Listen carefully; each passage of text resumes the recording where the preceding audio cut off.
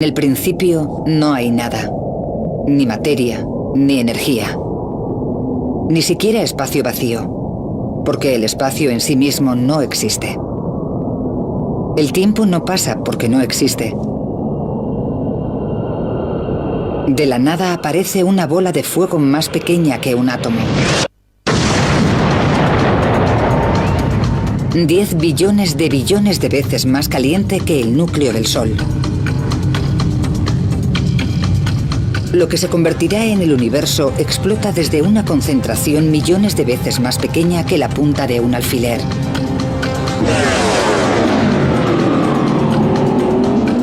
Comienza el tiempo. En un segundo se traza el borrador de todo el cosmos. ¿Cómo ocurrió? Es el mayor misterio de todos. El profesor Lawrence Krauss ha dedicado su carrera al estudio del primer segundo después del Big Bang. Si queremos entender nuestro lugar en el universo, tenemos que volver al principio absoluto y descubrir cómo ocurrió todo.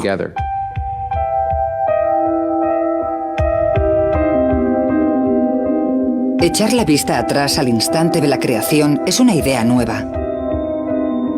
La teoría del Big Bang está muy aceptada. Pero el concepto tiene menos de un siglo de antigüedad.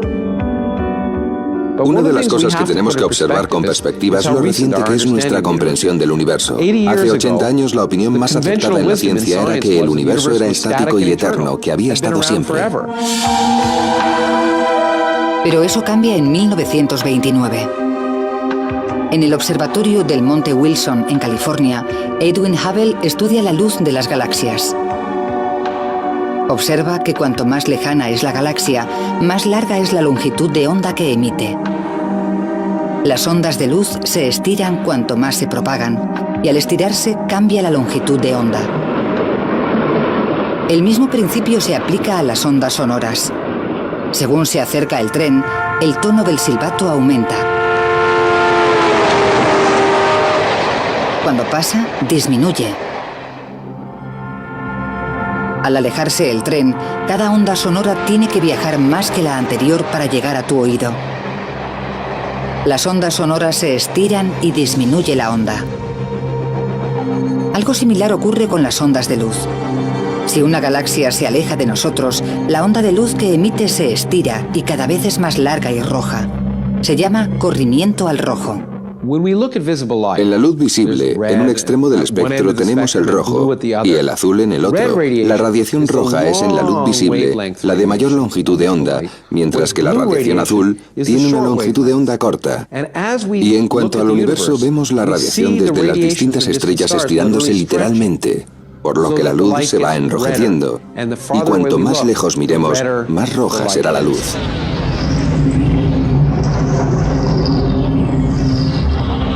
Las galaxias que nos rodean han cambiado a esta luz roja. Todas las galaxias lejanas, en todas direcciones, se están alejando de nosotros. Casi todas las galaxias se están alejando a más de 1,5 millones de kilómetros por hora. Si las galaxias se separan velozmente unas de otras, en algún momento deberían haber estado juntas. El universo se expande hacia afuera desde un solo punto. Es la primera prueba de que el universo tuvo un principio. El descubrimiento de Hubble condujo a un concepto radical, la teoría del Big Bang.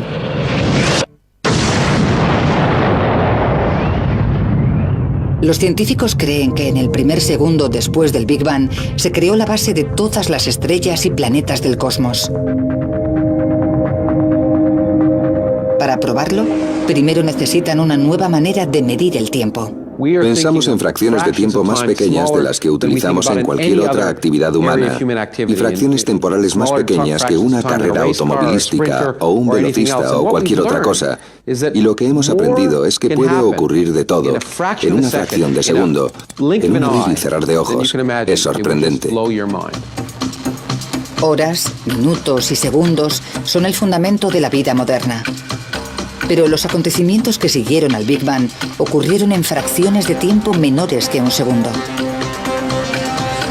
Para analizar lo que ocurre, los científicos utilizan una nueva medida de tiempo llamada tiempo de Planck. Un Planck equivale a 10 elevado a menos 43 segundos. Eso significa un punto decimal, 42 ceros y un 1. Es una cantidad de tiempo inimaginable. Aún así, en este pequeño latido de tiempo Planck ocurre algo que determina los próximos 13.700 millones de años. De la bola de fuego surgen las 4 fuerzas fundamentales de la naturaleza. De esas fuerzas depende todo a nuestro alrededor. La gravedad es el motivo por el que se formaron las estrellas y los planetas. Controla la luna y las mareas y nos mantiene sobre la Tierra. El electromagnetismo ilumina las ciudades, conecta los teléfonos y hace funcionar los ordenadores. Y las 2 fuerzas nucleares, la fuerte y la débil, enlazan las partículas que forman nuestro cuerpo y alimentan la caldera del Sol. Estamos aquí porque en el primer segundo posterior al Big Bang se crearon estas 4 fuerzas.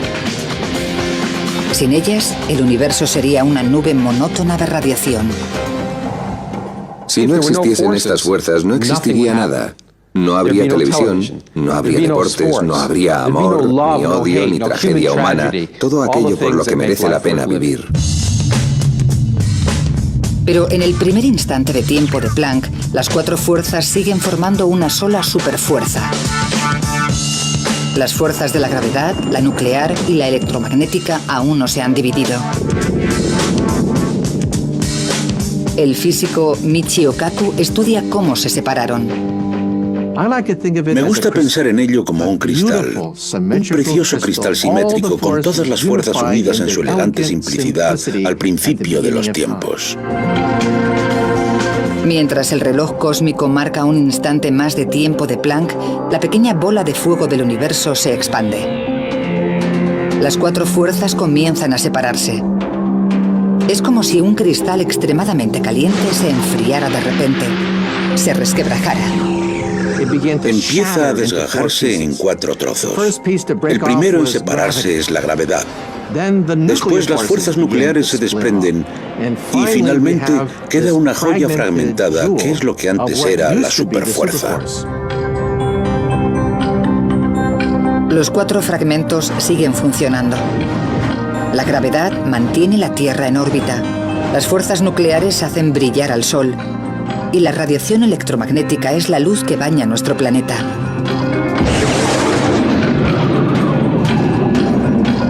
Solo hemos avanzado fracciones de segundo en nuestro viaje y ya se han establecido los cimientos de nuestro mundo. La bola de fuego del universo sigue siendo más pequeña que un átomo y está a 1000 billones de grados. Para descubrir cómo se expande el universo, los científicos utilizan telescopios tan potentes que pueden ver el pasado. Cuando el astrofísico David Spergel mira hacia arriba, ve historia. Cuando miramos al espacio, volvemos atrás en el tiempo. La luz viaja a una velocidad finita, así que la que vemos del Sol tarda unos 8 minutos en llegar hasta aquí. No vemos el Sol tal y como es, sino como era hace 8 minutos. Cuando de noche vemos las estrellas cercanas, podrían estar a 10 o 20 años luz. Las vemos como eran hace 10 o 20 años. Cuanto más lejos podamos ver en el espacio, más cerca estaremos del Big Bang. La luz de las estrellas lejanas tarda miles de millones de años en llegar hasta nosotros. Se estiran tanto en el trayecto que se convierten en ondas electromagnéticas.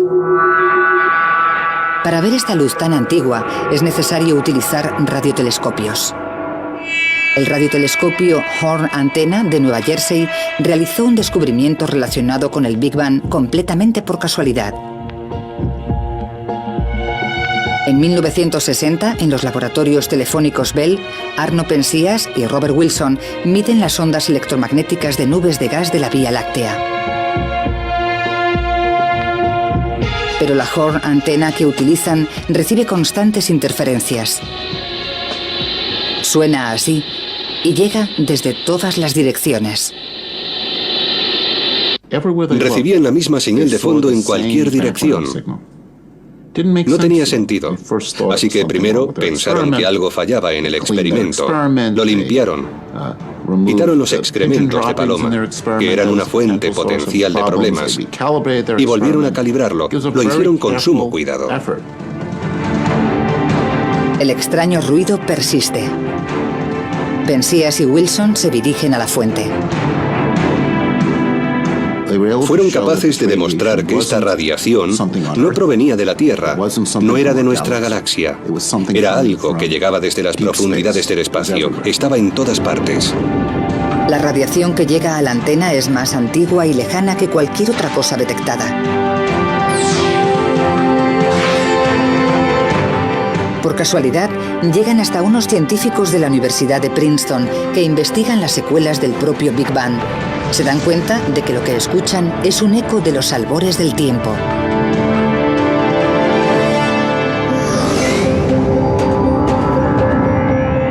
El Big Bang fue tan potente y tan caliente que aún quedan vestigios de ese calor.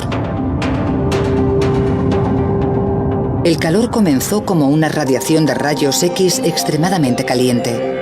Al estirarse y enfriarse, se convirtió en luz visible, cambiando de azul a rojo, convirtiéndose en microondas y finalmente en ondas electromagnéticas. La radiación apenas perceptible se dirige constantemente a la Tierra. Se llama radiación de fondo de microondas cósmicas o CMB. La radiación de fondo de microondas cósmicas es el eco de la propia creación, las brasas, los rescoldos de la onda de choque original que creó el universo. Si nuestros ojos captaran microondas, podríamos ver esta radiación, y cada noche contemplaríamos el Big Bang. Mirando al cielo veríamos una explosión. Más de 13.000 millones de años después, hay una manera de observar este brillo cósmico a simple vista. Enciende la televisión, no sintonices ningún canal. Un porcentaje de la electricidad estática que se ve en la pantalla es radiación del Big Bang. Esta radiación cósmica está relacionada directamente con el Big Bang. También revela que el universo entró en una nueva fase. En menos de una billonésima parte de un segundo después de su creación. La radiación cósmica es la clave para descubrir qué ocurrió después.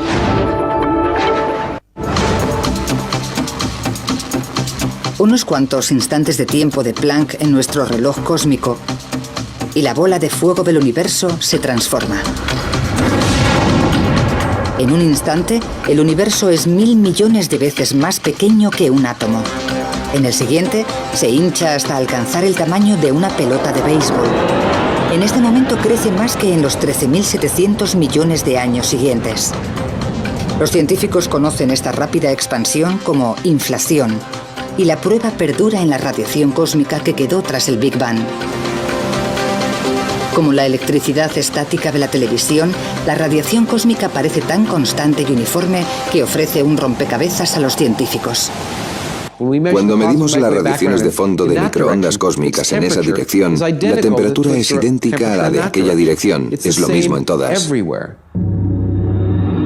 La única explicación es que el universo se hincha infinitamente más rápido que la velocidad de la luz. La inflación expande la bola de fuego del universo equitativamente, como cuando se infla un balón, con un espectacular soplo de energía. Para hacernos una idea, es como comprimir un muelle. Apretamos cada vez más fuerte y se hace más y más pequeño, y además almacenamos una cantidad ingente de energía en ese muelle. Cuando lo soltamos, explota. La energía almacenada provoca una expansión exponencial del espacio. Pero si todo el universo es uniforme desde el primer segundo posterior al Big Bang en adelante, ¿cómo se formaron las galaxias? Los planetas y las estrellas son en un principio grupos de partículas. Con el tiempo, estas partículas de materia se unen debido a la fuerza de la gravedad y forman una masa densa. La Tierra fue primero una bola de partículas que se compactaron debido a la fricción y a la gravedad. El Sol que sustenta la vida en la Tierra fue primero una nube de gas y polvo. ¿Cómo se formaron estos grupos en primer lugar? En teoría, al principio, el universo sería grumoso, no uniforme.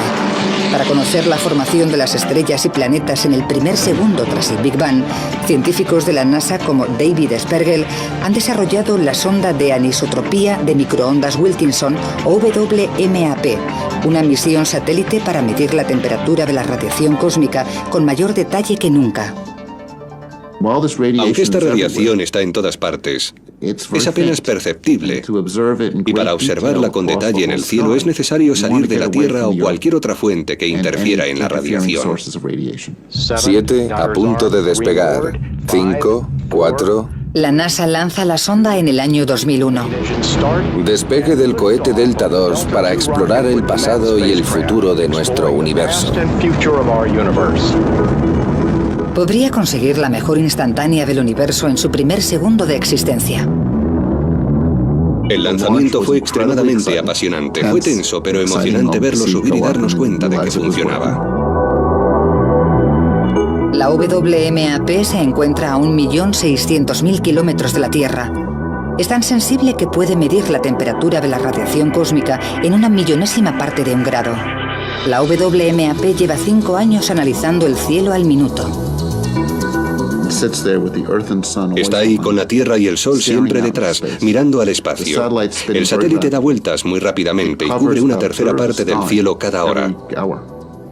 Gira y genera mapas de la radiación restante. La WMAP sigue a la Tierra en su órbita alrededor del Sol y analiza la temperatura de todo el cielo. Genera un mapa de temperatura detallado como este y revela algo destacable. Las manchas azules y rojas de este mapa de todo el cielo son pequeñas variaciones de la temperatura. Las pequeñas zonas azules representan regiones que están a una temperatura decenas de miles de veces menor que 1 grado. Las regiones rojas están un poco más calientes, así que estáis viendo las pequeñas variaciones térmicas en el cielo. La WMAP se remonta a 13.000 millones de años. Al evolucionar el universo, estas pequeñas ondas se convierten en grupos de partículas que aumentan cada vez más debido a la fuerza de la gravedad, haciéndose lo bastante densos como para desencadenar estrellas y galaxias. Este mapa muestra cómo era el universo el primer segundo después del Big Bang, la plantilla del enorme cosmos actual. Cuando la primera radiación de fondo de microondas cósmicas se hizo pública, la prensa dijo: ¡oh, la cara de Dios! Bueno, seamos realistas, no es la cara de Dios. Lo que es en realidad es la foto de un bebé, de cuando el universo era bebé. Por tanto, el descubrimiento de las radiaciones de fondo de microondas cósmicas figura como uno de los grandes descubrimientos de la ciencia.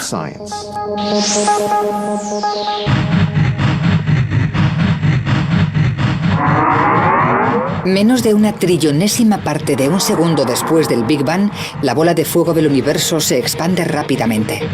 Es un globo ultracaliente que cabría en la palma de la mano. El universo bulle de energía y radiación. Pero al expandirse y enfriarse el universo del tamaño de la palma de una mano, se empieza a formar algo nuevo.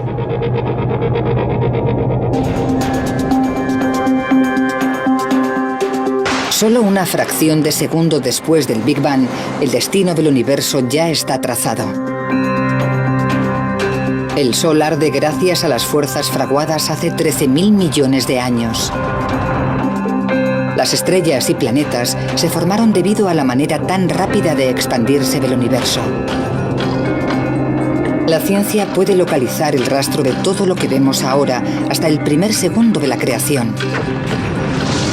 Pero estamos aquí gracias a lo que ocurrió en los pocos instantes de tiempo de Planck. El universo está inundado de los componentes de la materia. Hasta el momento, según el reloj cósmico, el universo de los comienzos no era nada más que energía. ¿Cómo se convirtió esa energía pura en materia? Todo lo que te rodea está compuesto de materia. Donde estás sentado, el aire que respiras, todo el planeta está compuesto de materia y la materia está compuesta de átomos. Y en el primer segundo después del Big Bang se crean los ingredientes de los átomos. Pero cómo apareció la materia es algo que siempre ha desconcertado a los científicos, hasta 1905, el momento en que Albert Einstein propone su ecuación más famosa. E es igual a m por c al cuadrado. La ecuación de Einstein nos dice que la energía, E, y la materia, m, son diferentes representaciones de lo mismo. La materia y la energía son intercambiables. Algunos científicos utilizaron posteriormente esta ecuación para crear el arma más destructiva de la historia, la bomba atómica. Da una pista de lo que ocurrió en el primer segundo. En una explosión nuclear, las partículas de materia se separan para producir una enorme cantidad de energía. Durante el Big Bang ocurre exactamente lo contrario. Una enorme cantidad de energía se transforma en materia. La ecuación de Einstein conduce a una conclusión. Mientras el universo bebé se expande y enfría, la energía pura del Big Bang se convierte en las partículas de materia que nos conforman.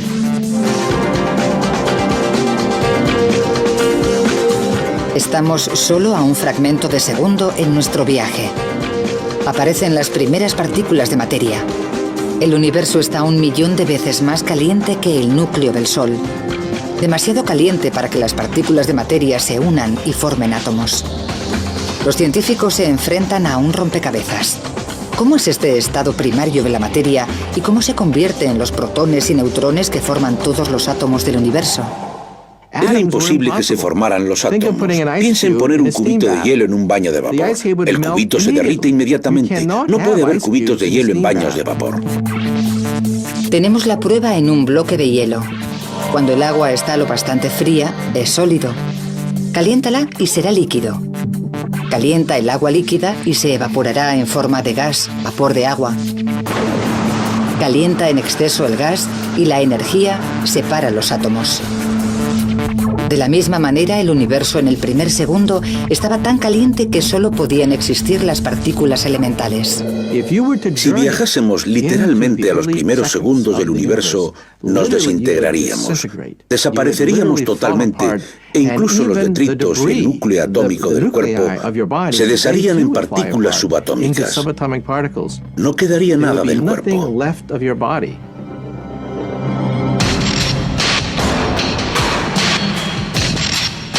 Solo hay una manera de ver los elementos que dieron lugar a la materia en el primer segundo posterior al Big Bang. Los científicos tienen que recrear las condiciones del Big Bang.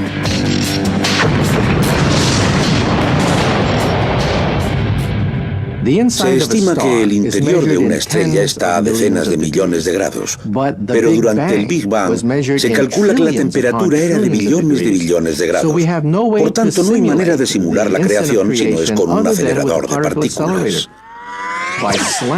Chocando protones entre sí, podemos generar temperaturas que no se han dado desde el comienzo mismo del universo.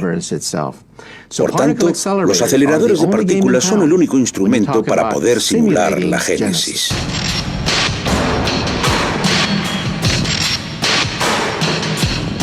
Este es el Laboratorio Nacional de Brookhaven en Long Island, el hogar del acelerador relativista de iones pesados o RHIC, un anillo de 3 kilómetros con 200 metros diseñado para romper el núcleo de átomos de oro a casi la velocidad de la luz. Con el acelerador de partículas hacemos chocar las partículas subatómicas. Como consecuencia obtenemos una tremenda lluvia de detritos. Y queremos entender lo que significa, queremos saber lo que hay dentro, qué se esconde en esa colisión. La energía de la colisión es colosal. A pequeña escala genera el universo embrionario en el primer segundo. ¿Cómo? Desgajando el núcleo del átomo en los protones y neutrones que lo componen. La energía es suficiente para romper los protones y los neutrones. En el interior, los científicos descubren las partículas elementales de la materia, partículas diminutas llamadas quarks. Pero son tan pequeñas y se mueven tan rápido que es difícil seguirlas. Si los científicos pudieran descubrir cómo se comportan los quarks, desvelarían el secreto de la propia materia. El descubrimiento podría revolucionar la medicina y relanzar el programa espacial. El proyecto comienza en el año 2000. Al colisionar los núcleos de los átomos, se genera un chorro caótico de partículas. Se tardan 5 años en analizar los datos. Los resultados llegan en 2005. Son impactantes. Al hacer chocar los núcleos de átomos de oro entre sí, esperábamos encontrar un gas. La sorpresa fue que no era un gas. Lo que encontramos era más bien líquido. Impactó bastante porque ahora, cuando empecemos a simular el universo en sus comienzos, tenemos que deshacernos de la imagen mental de partículas subatómicas de gas. Sabemos que es más como un líquido, literalmente como una sopa. Cuando aparece la materia por primera vez en el universo, los quarks son tan densos y están tan electrizados que todo el universo es como un líquido. El universo pasó de ser una bola de energía incandescente a ser una sopa de quarks en menos de un abrir y cerrar de ojos. El universo líquido es caliente, denso y violento. Inundado de partículas diminutas en constante y enérgica interacción. Cuando el reloj cósmico marca una millonésima parte de un segundo, el universo continúa expandiéndose y enfriándose. Crece del tamaño de una pelota de béisbol al de nuestro sistema solar. La materia se ha materializado desde la pura energía. Sin materia,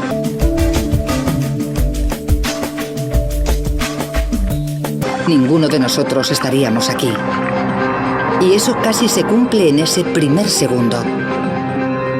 Algo está a punto de destruir toda la materia del universo. El Armagedón se está fraguando. Una fracción de segundo después del Big Bang, el universo está inundado de las partículas elementales de los átomos. Estas partículas diminutas de materia deben sobrevivir en un campo de batalla. Todo a nuestro alrededor está compuesto por la materia que se creó a raíz de la energía que generó el Big Bang.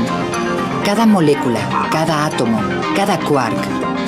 ¿Cómo acabamos con un universo así, con tanta materia? Es una de las grandes preguntas. El acelerador de partículas podría revelar la respuesta. Cuando se recrea el primer segundo, se generan 2 tipos de materia a partes iguales. Una es del tipo de materia que observamos a nuestro alrededor. La otra es lo contrario, la antimateria. La doctora Tara Shears explica qué son las 2 caras de la misma moneda. Esta manzana está compuesta de materia y sabemos que cada partícula del universo tiene una pareja de antimateria que se creó en el Big Bang. La antimateria parece similar a la materia normal, pero no del todo. De hecho, es como su reflejo en un espejo. Por tanto, una antimanzana sería así. Pero la materia y la antimateria son enemigas mortales. No pueden coexistir. Fracciones de segundo después del Big Bang, el futuro del universo está en peligro. La materia y la antimateria están encerradas en una batalla a muerte.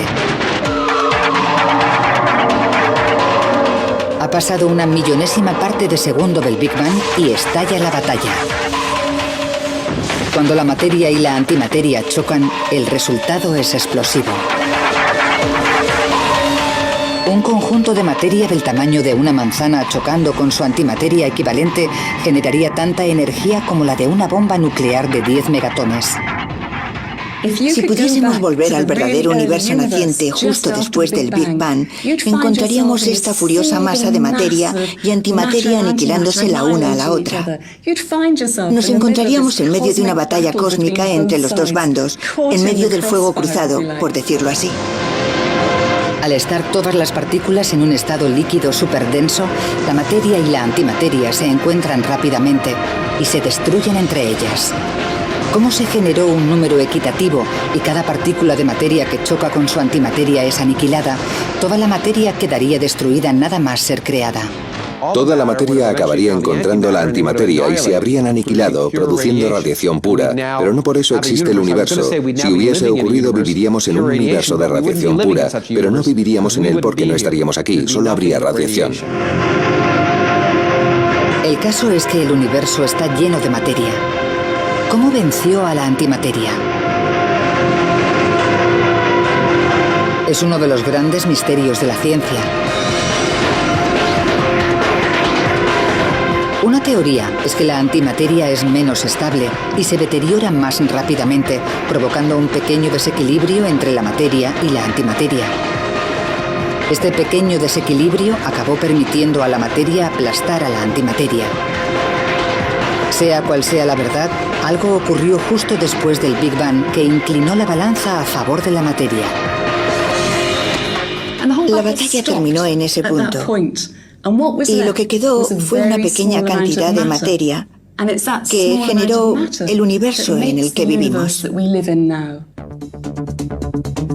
Eso significa que somos los restos de la batalla, somos los detritos, lo que quedó cuando todo lo demás estaba acabado.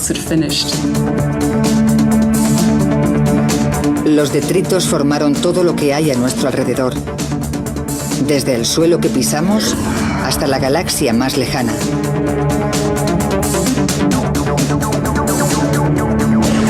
Cuando el reloj cósmico se acerca al final del primer segundo, las cuatro fuerzas de la naturaleza se han desgajado de la superfuerza única. Se ha decidido el ganador de la batalla entre la materia y la antimateria, y las ligeras ondas de temperatura que se extienden por el universo implican que durante los siguientes 1000 millones de años, la gravedad unió grupos de materia para formar las galaxias. Pero sigue habiendo un misterio, y grande. Sabemos cómo se formaron los componentes elementales de la materia, pero no sabemos lo que concede fundamento a todo en el universo. Sabemos mucho sobre el primer segundo, pero falta una pieza del puzzle. ¿Qué confiere masa a todo lo que hay en el universo? La masa hace difícil que algo se mueva, pero también que pare. Cuando nos acercamos a la Tierra, la gravedad actúa sobre nuestra masa. En la Luna, la gravedad es más débil, por eso los astronautas se mueven más lentamente. Pero su masa es la misma que en la Tierra. Incluso si un objeto no pesa nada, sigue teniendo masa. Algo debió de haberse creado en el primer segundo para conceder masa a las partículas, pero los científicos no lo han descubierto. La masa es la verdadera columna vertebral de la vida. Si no hubiera masa, el universo solo estaría compuesto de radiación y nada se uniría para formar objetos como tú o yo, o las cosas que hacen interesante el universo. Sería un universo difuso, lleno de radiación, pero muy aburrido. Si descubriésemos cómo apareció la masa en el primer segundo, descubriríamos el origen de la vida. Mientras los científicos no descubran qué confiere la masa a las partículas, el primer segundo seguirá siendo un enigma.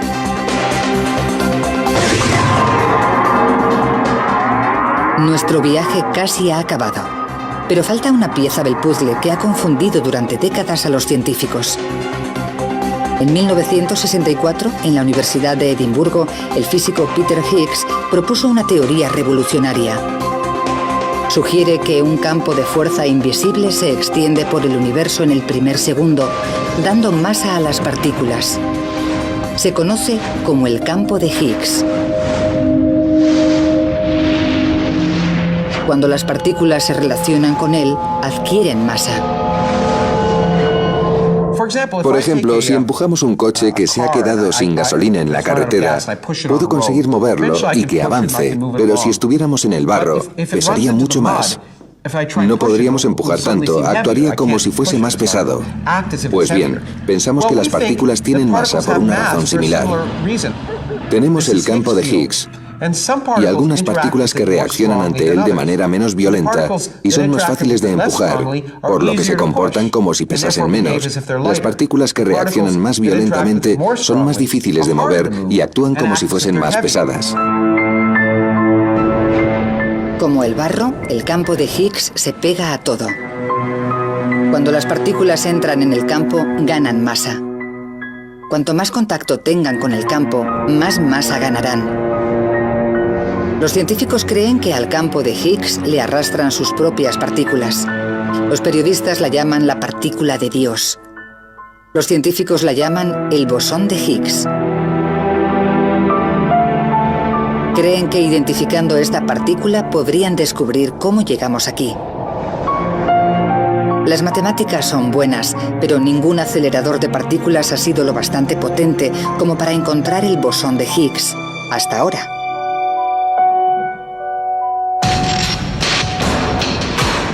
En las profundidades del campo de Ginebra, en Suiza, se encuentra el experimento humano más caro: el Gran Colisionador de Hadrones, o LHC.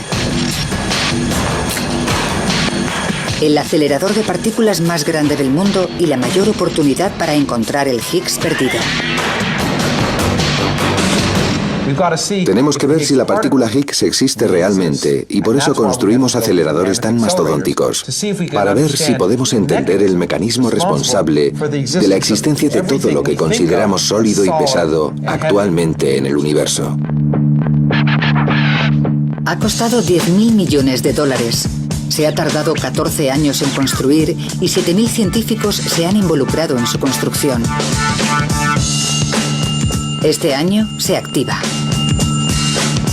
A pequeña escala, recreará condiciones que existieron por última vez hace 13.700 millones de años. Una explosión tan potente que recordará al propio Big Bang. Si funciona, científicos como David Evans podrían resolver el último misterio de la materia. Como traspasamos los límites de la ciencia, también tenemos que traspasar las fronteras de la tecnología. Es probablemente la máquina más grande del mundo y sin duda la máquina más compleja del mundo. A más de 91 metros bajo tierra discurre un conducto circular de 26 kilómetros. Dentro, dos haces de protones más finos que un pelo humano se aceleran a casi la velocidad de la luz, 299.000 kilómetros por segundo. El LHC hará que las partículas choquen entre sí con una violencia 9 veces mayor que cualquier otro acelerador. 300 billones de protones volarán por el conducto en distintas direcciones y colisionarán en el corazón de 4 inmensos detectores. Lawrence Krauss inspecciona uno de estos detectores, cada uno del tamaño de un edificio de 5 plantas. Estamos aquí en lo que se ha descrito acertadamente como una de las catedrales góticas del siglo XXI. Una gigantesca estructura compuesta por miles de toneladas de acero, más hierro que la Torre Eiffel, y decenas de miles de kilómetros de cableado. Todo ello diseñado por miles de físicos de cientos de países que hablan docenas de idiomas diferentes, con la precisión de quizá una millonésima parte de 2,54 centímetros. Todo para detectar lo que ocurre aquí dentro. El LHC utiliza 4 de estos detectores gigantes a lo largo del conducto. El que esperan que encuentre el Higgs se llama Atlas. El Atlas ocupa la mitad de un campo de fútbol y pesa tanto como un submarino nuclear.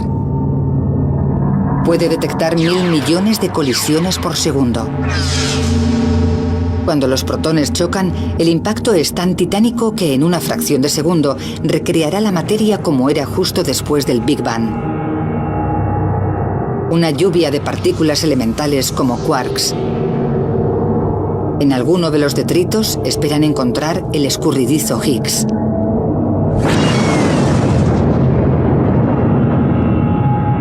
Pero encontrar una partícula en esta tormenta es como encontrar una mota de oro en una playa.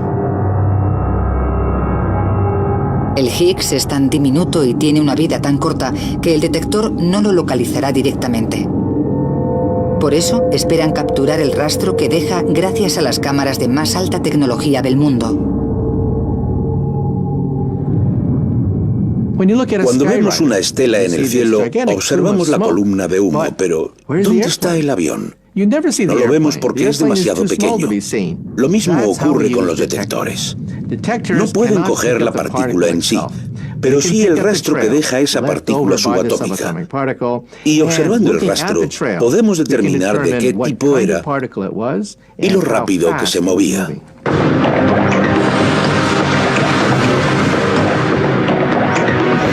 El LHC nos proporcionará más información que cualquier otro instrumento del planeta. En un solo segundo, la cantidad de información que sale de las colisiones en el LHC y que manejarán estos detectores será mayor que la información contenida en todas las bibliotecas de todos los países del mundo. Esa información puede contener el secreto de la masa, la pieza que nos falta por conocer del primer segundo del universo y la puerta de acceso a la ciencia del futuro. Para procesar toda esta información, el LHC utiliza la mayor red de superordenadores del mundo. Aún así, la investigación podría tardar años, pero la espera merece la pena.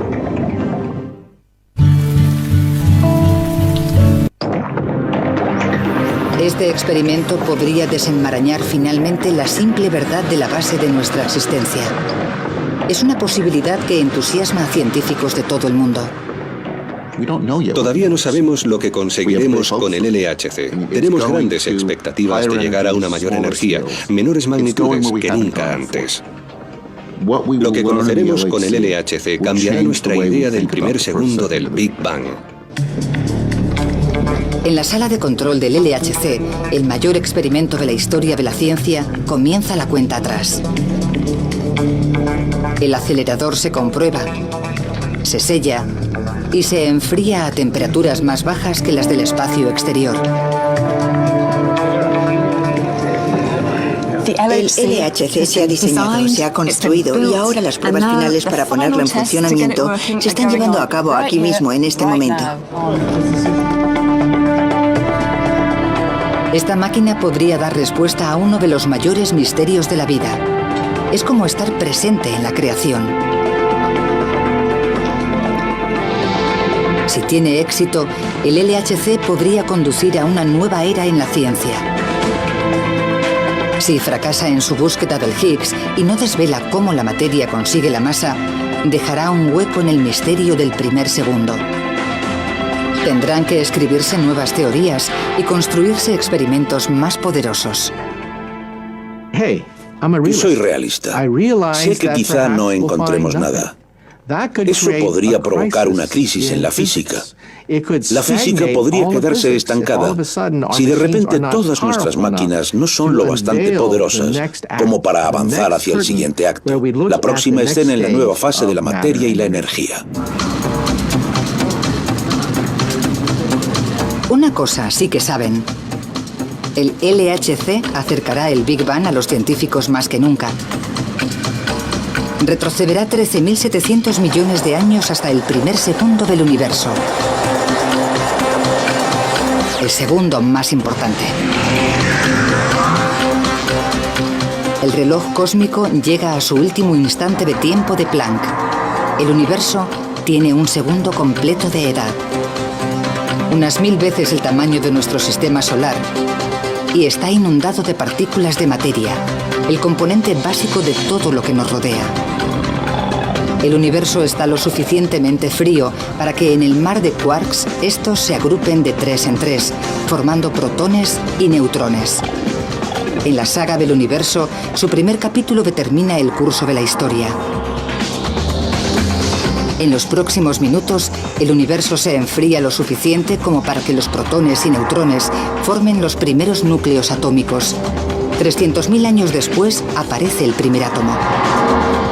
En cientos de millones de años, la materia se acumula para formar las primeras estrellas. Y en miles de millones de años, galaxias como la Vía Láctea. Más de 9.000 millones de años después del Big Bang, nace la Tierra. Un Big Bang. Un solo segundo. La génesis de todo. Para cuando acaba el primer segundo, el resto de la historia cósmica ya está escrito, incluido en última instancia el futuro del universo.